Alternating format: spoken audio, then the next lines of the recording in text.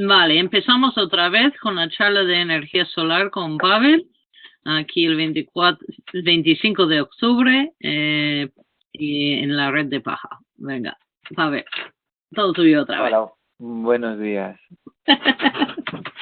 Vemos que hemos empezado muy tarde y tendremos muy poquito tiempo, entonces vamos a cortar la charla de transmisión de energía térmica en vivienda a los puntos de transmisión de energía térmica, aislantes térmicos y acumulación de calor. Entonces, en principio, estáis viendo aquí una casa que tiene una fachada acristalada y... Ay, madre mía. Ahora me estoy liando un poco. Perdona. Este acristalamiento lo que permite es la entrada de la luz. Pero una vez esa luz ha pasado el vidrio, es cuando tenemos el calorcito. Vamos a ver por qué. La transmisión de energía térmica se produce por tres vías. La convección, que es una columna de aire que reduce su densidad y por eso asciende. Reduce la densidad con la temperatura y por eso puede ascender. Y siempre asciende en una columna recta, en vertical, a no ser que haya un viento lateral que lo desplace. Esto es importante pues a la hora de hacer una refrigeración, pues que sepamos cómo va a estar moviéndose el aire. Yo siempre procuro hacer una prueba con unas barritas de incienso. Si no podemos ver el aire, pero podemos ver el humo. Entonces, si queréis poner una barrita de incienso en la parte baja de la ventana o en la parte alta, vamos a poder ver si el aire frío está entrando o está saliendo, porque siempre va a estar con más densidad en la parte baja. La radiación es por materiales que son mucho más densos. Me acaba de salir me acaba de salir un escrito en la pantalla, dice que no todas las personas están viendo la presentación. Ricky, hola. Creo que estoy solo. Yo sí, no, yo sí Vale, veo todo. vale, de acuerdo, no sé, son cosas que saben aquí del programa. Vale, pues la conducción se produce cuando la materia es muchísimo más densa. Si no hay densidad como en el aire, pues no hay una conducción. Y luego está la radiación, que siempre se transmite por una onda. Luego vamos a ver lo de las ondas un poquito más explicado. Como vemos, los airship, las casas pasivas, siempre van a tener unas cristaleras enormes por la que permitir la entrada de la luz. Pero lo que muchas veces no se tiene en cuenta es que esa luz tiene que incidir en materiales densos y cuanto más oscuros mejor y cuanto menos brillantes mejor para poder permitir la acumulación de calor. Vemos diferentes ejemplos de cómo pueden ser esas orientaciones. La primera diapositiva era con una casa con un ángulo cerrado y esta es con un ángulo abierto. Pero siempre vemos que tienen unas grandes cristaleras y unos grandes captores tanto para fotovoltaica como para energía termosolar del aire como para la energía termosolar del agua. Aquí arriba a la izquierda vemos unos calderines que estos son para agua caliente. En esta diapositiva lo que se explica es el efecto invernadero, cómo la energía del sol se transmite por radiación calorífica en una onda larga y radiación lumínica por onda corta. La cualidad del vidrio es que permite la entrada de la luz, permite que esa onda corta la atraviese, pero esta onda corta al chocar con la materia se transforma en onda larga.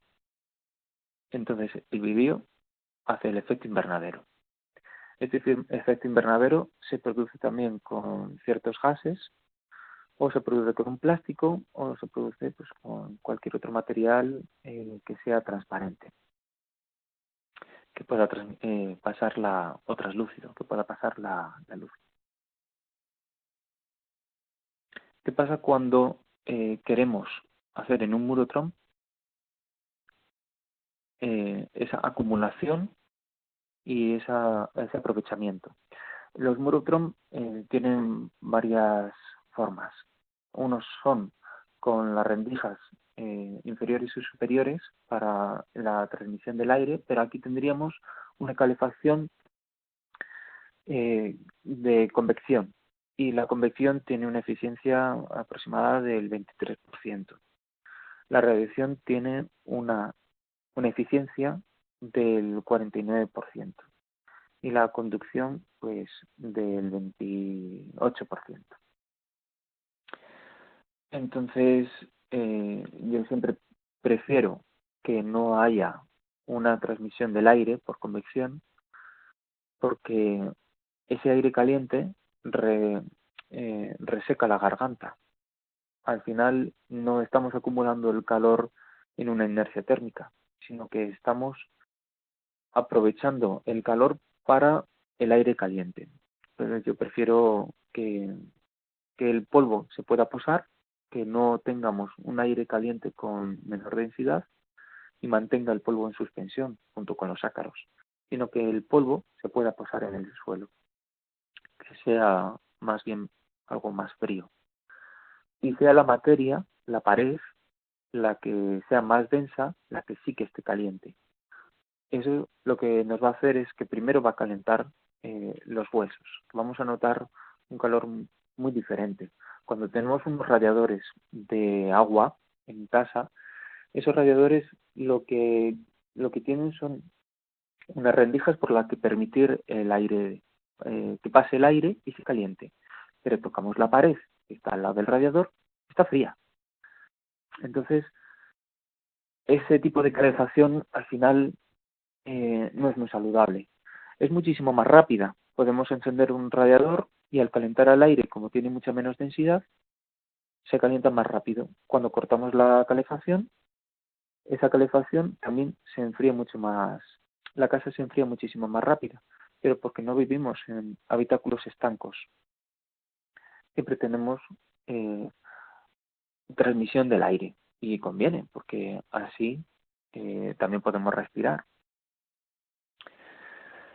Cuando tenemos la calefacción, cuando tenemos el aire caliente, necesitamos muchas veces hacer una ventilación forzada, porque se nos empiezan a calentar las orejas cuando entramos en un centro comercial, por ejemplo, que tienen la calefacción a tope y venimos de la calle que estamos con muchísimo frío. Por eso el Murotrom es algo que me gusta muchísimo por eso, porque calienta la materia y no el aire. Pero estas rendijas también prefiero no tenerlas. En esta gráfica lo que vemos son todas las formas de transmisión de temperatura desde que llega la radiación solar, que pasa por un vidrio. Esta lámina de aquí es el vidrio. Esta es una cámara de aire y esto es un tubo de agua. Entonces y a la parte baja es un aislante térmico. Al final lo que vamos a aprovechar realmente es un 50%, porque por un lado el vidrio con su brillo ha reflejado un 10%, y por otro lado tenemos de este 36% pues la convección, que la propia masa del vidrio que se calienta también es refrigerado por el aire de fuera. Tenemos por la radiación, porque la propia masa del vidrio también está emitiendo esa onda, y el propio calor interno también tiene que calentarse el aire, y las pérdidas del aislamiento térmico siempre vamos a tener algo. Entonces al final tenemos un aprovechamiento, una eficiencia del 50%. Esto es una maravilla, porque así en comparación las células fotovoltaicas tienen una eficiencia aproximada del 18%. Por ejemplo, el motor de combustión diésel tiene una eficiencia aproximada del 17%. Entonces, la energía termosolar realmente es lo que más eficiencia tiene. Esta es una gráfica muchísimo más sencilla.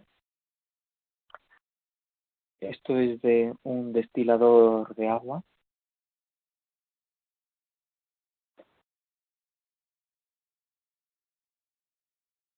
Aquí, por ejemplo, lo que vamos a ver es una demostración de cómo el brillo hace una gran pérdida térmica del negro mate al brillo, a un negro brillante, que en este caso está teniendo un 43.3 grados centígrados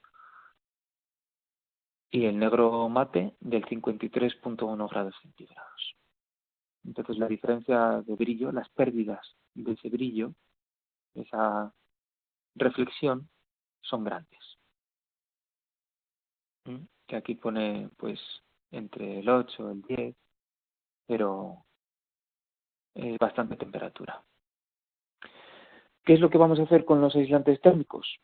Conociendo las formas de transmisión de temperatura, vamos a aplicar unas barreras a esa transmisión de temperatura. Barreras o frenos, porque en realidad también hay paso. La parte de fuera de esta caja caliente, ya sea cartón o ya sea madera, lo que va a hacer es una barrera de la convección.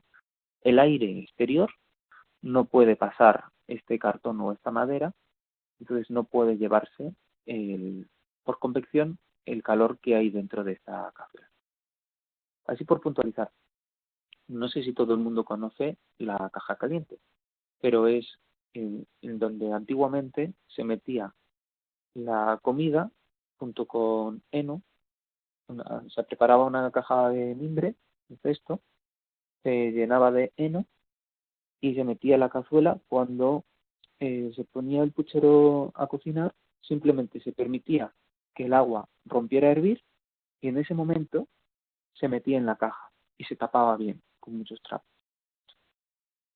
Como el agua acumula muchísima energía, en el momento que que ha roto a hervir, no puede meter más energía, no puede tampoco subir temperatura. Y al meterlo en la caja y evitar las pérdidas energéticas, lo que va a hacer ese alimento es terminar de cocinarse. Eso es la caja caliente. En Sudamérica lo llaman la cocina bruja. Aquí, pues antiguamente la llamábamos la caja de heno. Bueno, voy a continuar. El cartón o la madera de fuera lo que hace es un aislamiento de la convección, porque no permite al aire. El heno o el corcho o la paja que hay entre esa caja y la olla, lo que hace es un aislante de conducción. Recordéis que la conducción era una transmisión de energía por una masa que tenga mucha densidad. Pues esta masa que tiene muy poca densidad, lo que hace es ese aislamiento de la conducción. Y hay una última capa que es muy finita de aluminio pegada a esta madera o cartón, que es el aislante de radiación. Porque ese aluminio, el papel de cocina, el aluminio que es así muy finito, que también sirve, pues, por ejemplo, las mantas térmicas que se utilizan en las ambulancias o que se utilizan para las catástrofes. Por un lado es dorado y por otro lado es plateado. Una es para la protección del calor y otra es para la protección del frío. Ese aluminio va a ser el freno de radiación. Digo freno porque siempre va a haber pérdidas energéticas. Si os fijáis en el papel de cocina de casa, hay una parte que es más brillante y una parte que es mate. Como hemos visto, en la captación de la energía termosolar, la parte brillante tenía unas pérdidas, pero porque siempre está reflejando. Al final, el sol proyecta unos fotones y esa parte brillante refleja esos fotones. Pues entonces, la parte brillante del aluminio la vamos a poner mirando hacia la fuente de calor, que en este caso, por ejemplo, es la olla. Y ya tendríamos las tres aislantes de las tres formas de transmisión de temperatura. Con esto podemos cocinar sin ponerla ni al sol, ni a la sombra, ni meterle electricidad, ni leña, ni carbón, ni nada. Simplemente metemos la olla y se termina de cocinar. La olla, la cazuela o lo que queramos. Ahora, las pérdidas se van a hacer pues por donde tenemos los empalmes que normalmente no son muy... En una construcción, en vivienda, estos aislantes son iguales. La lana de roca con aluminio reflectante visto es una materia con muy poquita densidad que lo que va a hacer es evitar las pérdidas energéticas por conducción y el aluminio por radiación. La tarima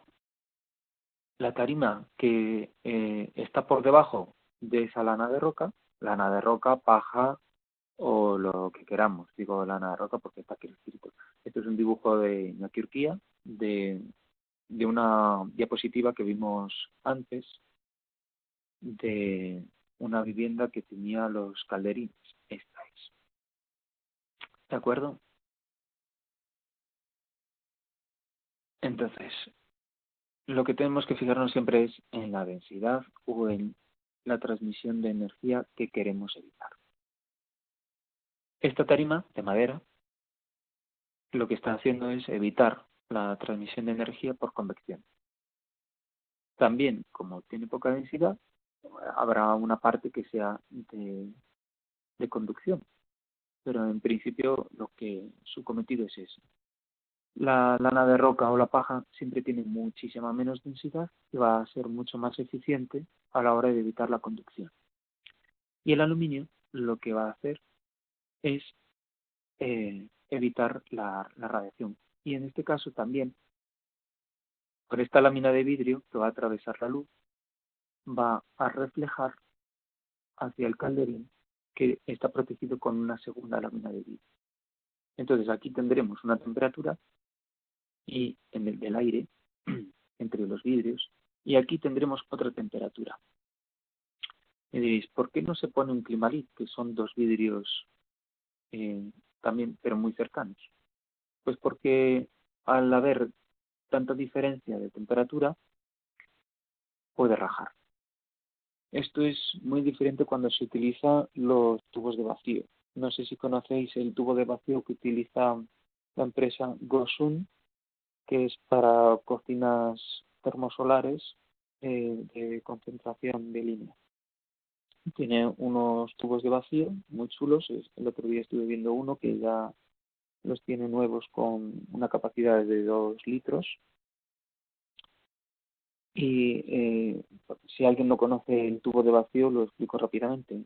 Básicamente es un aislante de vacío que hay entre dos vidrios. Entonces, cuando veis una placa de agua caliente de tubos de vacío, lo que estamos viendo es una transmisión, es un aislante maravilloso, muchísimo mejor que este de aquí, para evitar la transmisión por conducción. ¿Por qué no lo tengo aquí puesto? Pues porque no entra dentro de tecnologías apropiadas. El tubo de vacío ya requiere una tecnología de la cual pues yo no me veo capacitado para poder repararla o para poder hacerla. El tubo de vacío requiere otro tipo de máquinas. Pero esta sí que es fácilmente realizable por cualquier persona. Me doy aquí y te olvido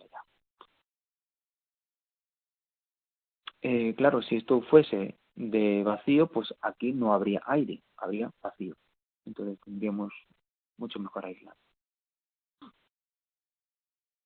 Ahora mismo las ventanas Climalit o similares, entre sus vidrios se están poniendo un gas.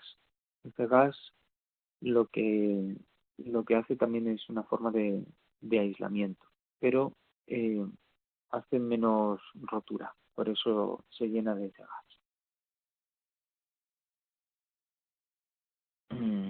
Bueno, aquí tenéis un corte de un horno solar para ver las diferentes cámaras. Aquí veis como se ha puesto una lámina de aluminio con la parte brillante hacia adentro, y aquí entre esta espuma, no sé qué será, no sé si es poliuretano extrusionado,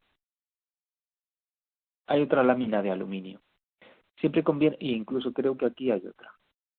Siempre conviene poner varias láminas de aluminio, pues como bien dijo el otro día Ricky en uno de los foros de la red de casas de paja, es diferente el freno, que permite de algún modo un pequeño paso, a una barrera, que es cuando no lo permite. Siempre vamos a tener pérdidas térmicas, por eso siempre hay que buscar la eficiencia y meter materiales de forma sándwich para que tengamos menos pérdidas posibles. Entonces tenemos aislamiento de radiación, de conducción, radiación, el vidrio y una lámina negra, que es para la acumulación del calor, y es negro mate para evitar las pérdidas por acreción. Entonces, cuando vamos a hacer una casa de paja, tenemos que hacer acumulación de calor o el aislamiento térmico. Lo que vamos a tener que pensar mucho es dónde está la inercia térmica para poder acumularlo. Porque del lado norte, que hace frío, yo creo que sí que conviene muchísimo tener un gran aislante como los fardos de paja, pero del lado sur no. Entonces, en los diseños siempre conviene tener esto. Yo cuando veo a veces que se están haciendo los 4 muros de paja, incluso el este y el oeste, y no tenemos una buena superficie captora, sino que el fondo está siendo muy dimensionado, no son estas primeras casas que estuvimos viendo así como alargadas, que tienen una gran superficie captora. Estas casas así sí que tienen una gran superficie captora, pero por ejemplo esta de aquí ya tiene muchísimo fondo. No sé cómo vamos a conseguir que el calor llegue hasta la parte norte, que realmente es la más fría. Pero con estos diseños sí que conseguimos que toda la casa esté caliente, incluso la parte norte. Vamos a pasar rápidamente. En la acumulación de calor tenemos que tener pues, materia más densa. Entonces, la combinación entre los muros aislantes y los muros con más densidad, perdón, en la casa que pusiste la foto de paja se estaba haciendo un almacén. Ricky, me ha salido un anuncio ahí que no que no he conseguido leer del todo. Voy a habilitar el micro porque no sé si alguien va a querer decirme algo. Hola, Ricky. Me siento muy solo. Sí. Hola, ¿me oyes ahora? Solo quería comentar, porque es cierto la foto que pusiste de la casa de paja, es uno que hice yo, y solo quería comentar que lo que fresco no calor. Vale. Porque Como era para veis, voy... almacenar verdura, no para vivienda. Me encantan estas aclaraciones tan sinceras.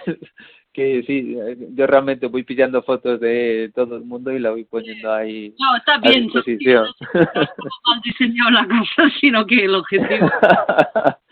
Bueno, era un ejemplo que me servía. No pasa nada. Vale. Bueno, vamos a pasar a preguntas, porque, bueno, son las 12 menos 10, entonces sí que me gustaría, en vez de entrar en más materia, me gustaría que por lo menos este punto de la transmisión de energía, si os ha interesado, si tenéis dudas, si tenéis alguna pregunta o me queréis decir, oye, mira, Pavel, aquí te has colado, esto no es así oye, se aceptan también las cosillas. Entonces, se abre la ronda de preguntas. Yo tengo una preguntilla. Sí, ¿cómo te llamas? Sí, Irene, Irene. en la foto que has puesto de la cubierta con los bidones, son bidones de acumulación para agua caliente, ¿no? Espera, a ver. ¿Esta? Sí. Eh, Sí. ¿Por qué, o sea, por qué pones, no entiendo muy bien, por qué pones el segundo vidrio antes del bidón, ¿no? Sería. Si lo que quiero es que le dé mucho calor, ¿para qué realmente le pongo una barrera que impida que le dé más radiación? Ojo, La estoy diciendo la radiación se tontería. transmite por la luz. Entonces, el vidrio permite pasado de luz. Aquí lo que estamos haciendo es un mejor aislamiento. El vidrio siempre va a permitir el paso de la luz, que es la forma de transmisión de la radiación. La radiación es la forma más eficiente de transmisión de temperatura. Entonces, el Claro, pero bueno, calderín, va a pasar claro, igual, ¿no? Realmente. la luz sí. Con el primero. Eh, ¿Por qué es el segundo? Me refiero, no entiendo el segundo. para aumentar la eficiencia. Sí. Mm. Sí, mira, voy a Por poner lo la de la onda diapositiva. larga y onda corta, ¿no? Que has dicho. Claro, a lo mejor tú lo que estás pensando es que si aquí se produce un calor, ¿por qué no aprovecharlo? Claro. ¿Verdad? Vale, Eso. pues ¿Por qué lo corto con el otro vidrio?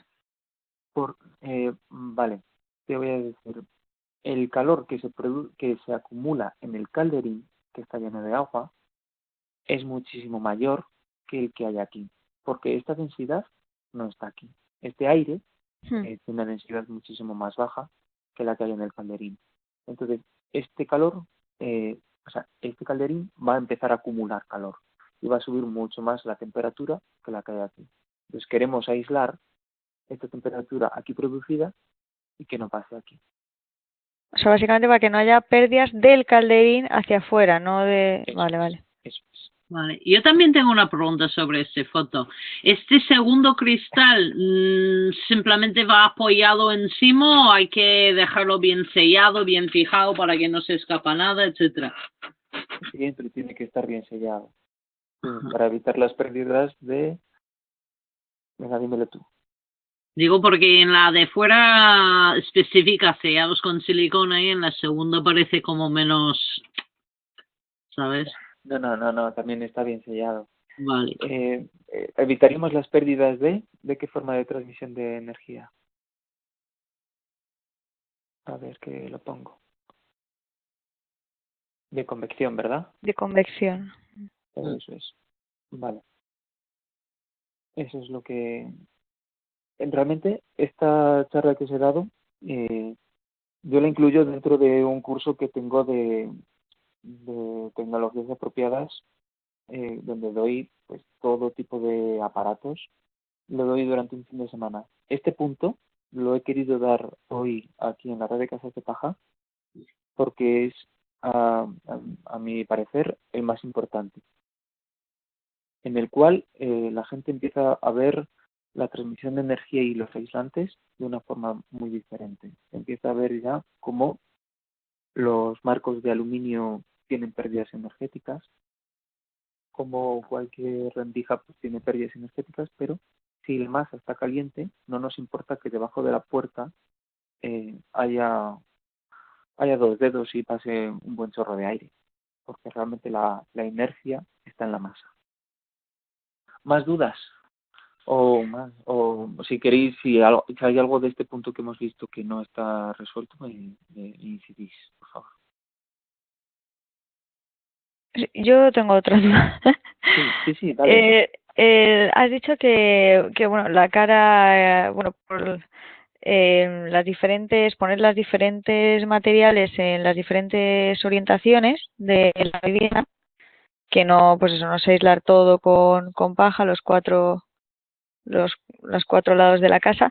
Y yo había entendido en el sur, pero había entendido como que también en el oeste y en el este, decías, de cambiar el material. Ya, pero eso depende muchísimo la altitud donde estés, o sea, el Claro. clima donde tú te encuentres. Yo, por ejemplo, estoy en Salamanca.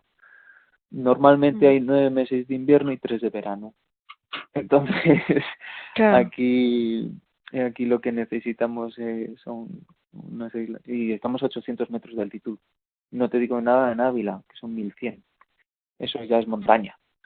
Ahí hace falta un muro Trump, hace falta de todo. Depende. O sea, de ahí hay que hacer muy buenos cálculos. Y ya, por ejemplo, Ricky, Iñaki, Urquía o estos maravillosos arquitectos que tenemos alrededor, pues son los que nos pueden hacer los cálculos. Vale. Yo no soy ni maestro ni arquitecto ni nada, soy divulgador.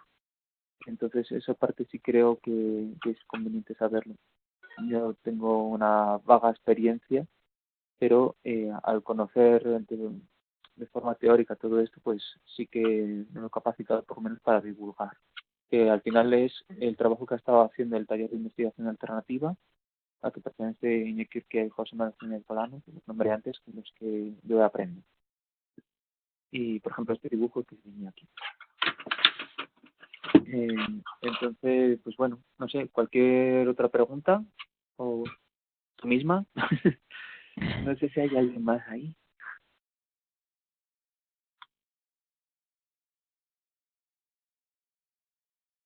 ¿Esto lo entendéis bien? Sí. Sí, sí, sí. Sí, sí. Sí, sí. Ah, bien. Vale, pues básicamente es lo que más interesa, que sepáis las formas de transmisión de temperatura y cómo es el aislante. Con esto se puede hacer un aislante para cualquier cosa, incluso para una vivienda. El problema de la vivienda es que el aluminio, pero bueno, también hace otro tipo de premios, los barres. Por ejemplo, sí que quiero comentar una cosita, que en el foro de la red de casas de paja, cuando se estuvo tratando el tema del techo verde, ¿recuerdas esto, Ricky? Sí. Hubo una persona que comentó el tema de que en un techo, cuando ponemos la paja suelta, al reducir la densidad, hay menos aislamiento térmico. A lo que yo creo que no es así, que cuanto que la densidad se hace únicamente por el tema de la prevención con el fuego.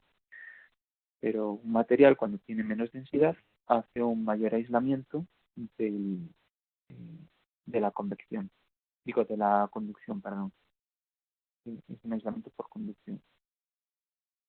Aunque Creo no me que hay un parece... punto de inflexión en algún sitio que no tengo los datos a mano, pero por ejemplo, una pala de un libro de paja igual va a tener 80 o 90 kilos de densidad por metro cúbico y la paja suelta Sí, sin más, así que no está compactada, va a tener una densidad, qué sé yo, de 10 kilos por metro cúbico, claro. ¿sabes? Sí, incluso Y los módulos ¿dónde está la prefabricados llegan punta a los de 140 kilos, qué? pero incluso los módulos prefabricados, de que llevan mucha más compresión, aumentan muchísimo la densidad, pero es diferente la densidad de cómo hace el aislamiento térmico.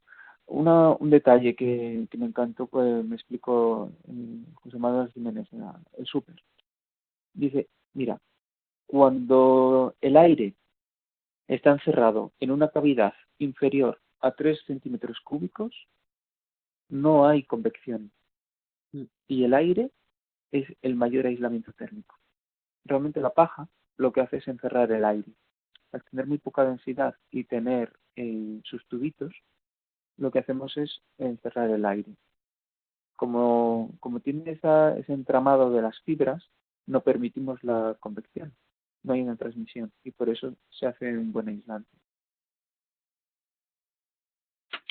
Bueno, yo no soy técnico, me has adjudicado que fuera técnico arquitecto como Iñaki, no es así, pero ¿No es yo por arquitecta? lo que tengo entendido es que la densidad de la bala de paja sí influye su capacidad de aislante. Yo exactamente como digo los puntos que tiene que ver, pero han hecho ensayos de laboratorio y a X densidad aísla menos que a X densidad.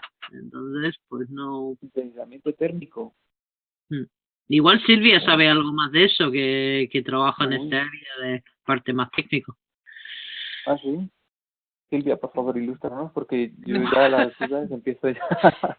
No, y ahí esas pruebas las desconozco. Sí, ¿me oís ahora? sí. Hombre, yo lo que tengo entendido es que lo que aísla es el aire en reposo.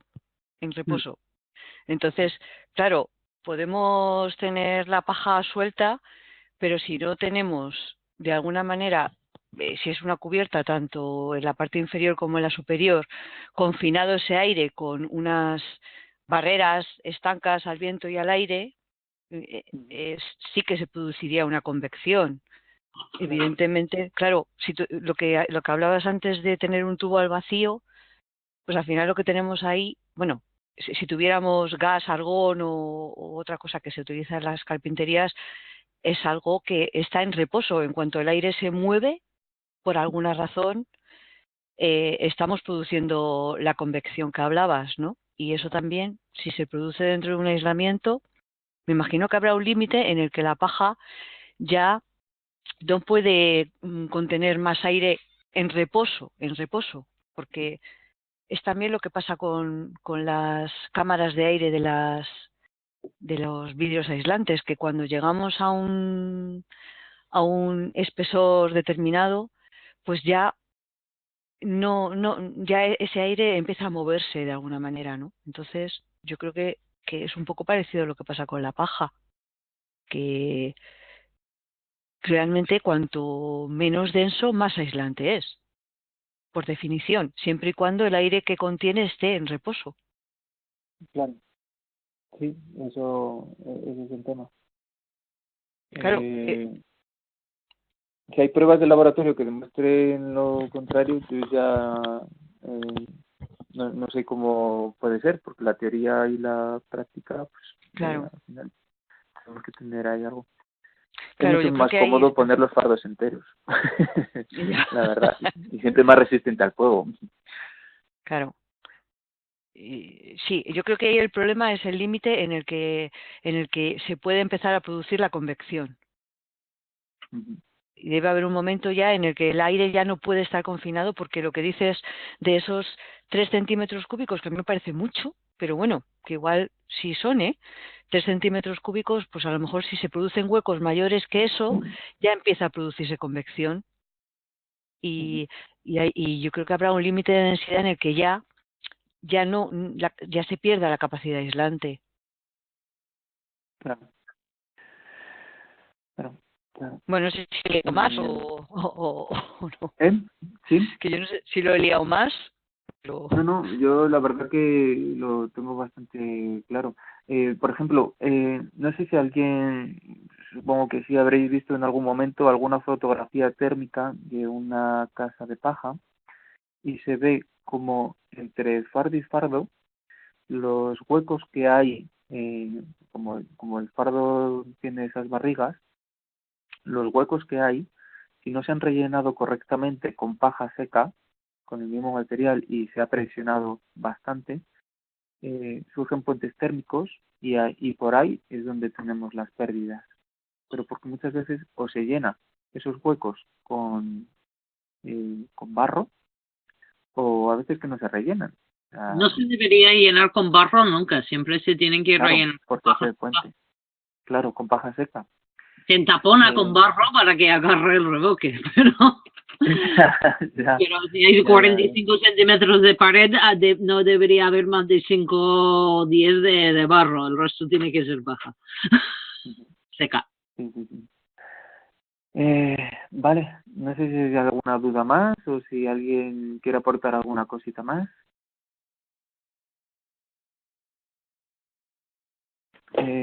Yo sí que tengo un listado de materiales según el calor específico y la capacidad calorífica y la densidad. No sé si conocéis estos términos. Pero, No. por ejemplo, la capacidad que tiene un cuerpo de acumular calor es diferente, por ejemplo, la del agua que la del granito. El agua siempre va a acumular, eh, mm, aunque tenga una densidad mayor, va a acumular más calor. Y otra cosa es la, el calor específico. eh, Vamos a ver, os lo voy a leer. Eh, la capacidad calorífica es la cantidad de temperatura que puede acumular, ¿vale? Entre dos materiales uno puede acumular más temperatura que otro en las mismas condiciones. Y esto es una medida de inercia térmica. Su magnitud depende desde la sustancia, desde la materia que sea, y la cantidad de sustancia que es. Por ejemplo, que tenemos 1 metro cúbico de agua, va a tener más capacidad que un cúbito de agua, ¿vale? Y el calor específico es la propiedad que se refiere a la capacidad de elevar o bajar la temperatura de ese cuerpo. Entonces, si por ejemplo a 1 metro cúbico de agua le metemos 100 grados centígrados, lo que vemos en el agua es que va a coger esos 100 grados. O sea, la capacidad que tiene de aprovechar ese calor es muchísimo mayor que, por ejemplo, el acero, el granito, la tierra seca, la madera, el ladrillo, el hormigón, el mortero de yeso, cualquier otro. Y, por ejemplo, a la inversa, el mayor aislante, o sea, el que menos temperatura coge, es el aire. Entonces, si por un lado tenemos el agua como mejor acumulador térmico y el aire como mejor aislante, y nos estamos centrando en tecnologías apropiadas, lo tenemos bastante fácil. Eso es manejar el aire y el agua. ¿Qué os ha parecido de eso? Al final es lo más barato que tenemos alrededor. No sé si puedo pasar este PDF de algún modo, porque es que no está incluido en la presentación porque no me ha permitido. No sé si podrías no sé, intentar copiarlo y pegarlo al chat, o si no me lo envías por correo y lo adjunto cuando mando el enlace de la grabación. Pero podrías intentar a ver si Te lo prefiero enviar al correo porque el lío de ordenadores, de pinchos, porque lo tengo que pasar pues, todo a un pendrive y pasarlo al otro ordenador. Entonces, mándamelo como son las 2:10, y ya lo adjunto cuando mando la grabación de la todos, ¿vale? Sí, prefiero eso. Ya puedo incluso mandar algo más de documentación, ¿vale? Vale. No sé si hay alguna otra preguntita más o damos por finalizada la charla, aunque ha sido corta. Otro día espero que podamos hacer alguna cosita un poquito más larga. ¿Alguna pregunta? No. No, yo tampoco. Vale, espero que os haya sido interesante. Si alguien pues tiene alguna duda, pues soy Pavel, estoy en Salamanca. Mi correo es pavelsalamanca@gmail.com y la página es v4bio.es. Así que nada más. Muchísimas gracias por estar ahí y gracias a ti, Ricky. Pues igualmente, gracias por todos y nos vemos en la siguiente charla dentro de 2 semanas, espero. Espera, hay un mensaje, sí. Gracias, dice Javier, que está con la línea y así un poco. Vale, pues nada, Bueno. muchas gracias a todos. Voy a parar la grabación.